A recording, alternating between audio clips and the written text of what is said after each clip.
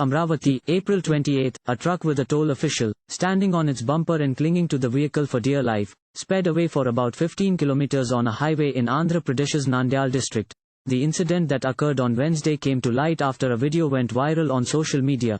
The toll official had climbed on the bumper to scan FASTAG after the cameras installed at the toll plaza at Amukathadu in Dhone Mandal of Nandyal district could not read it. Even as the official, identified as Srinivasulu, was scanning the tag, the truck driver sped away.